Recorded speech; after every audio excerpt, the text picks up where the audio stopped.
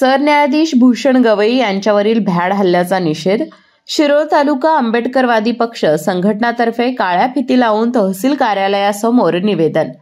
सर्वोच्च न्यायालयात सरन्यायाधीश भूषण गवई यांच्यावर बूट फेकण्याचा प्रयत्न केल्याच्या निषेधार्थ शिरोळ तालुका आंबेडकरवादी पक्ष आणि संघटनेच्या वतीनं काळ्या फिती लावून शिरोळ तहसील कार्यालयासमोर निदर्शने करण्यात आली.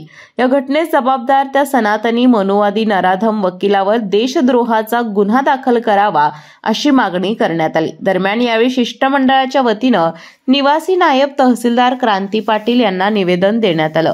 यावेळी कार्यकर्त्यांनी घोषणा देऊन प्रशासनाचं लक्ष वेधलं.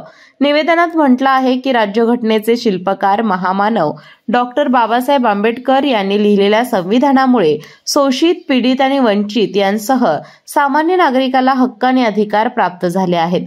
सर्वोच्च न्यायालयात सरन्यायाधीश भूषण गवई यांच्यावर बूट फेकण्याचा झालेला प्रयत्न म्हणजे सर्वोच्च संविधानिक पदाचा अवमान झाला आहे.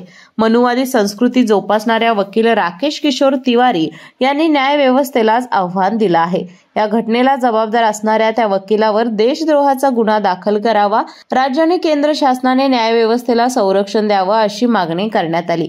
या आंदोलनात रमेश शिंदे, दिगंबर सकट, बाळासाहेब कांबळे शिरोळकर, जयपाल कांबळे, सुरेश कांबळे, विश्वास कांबळे, किरण भोसले, विश्वास बालीघाटे, डॉक्टर दगडू माने, बसवराज कांबळे, अनिल लोंढे, शिवगोंडा पाटील, खंडेराव हेरवाडे, प्रमोद राणे, अमरसिंह कांबळे, राजेंद्र प्रधान, राजेंद्र दाभाडे, राजाराम कांबळे, अशोक कांबळे, कबीर कांबळे, भास्कर कांबळे यांच्यासह आंबेडकरवादी पक्ष संघटना आणि संघटना कार्यकर्ते सहभागी झाले होते.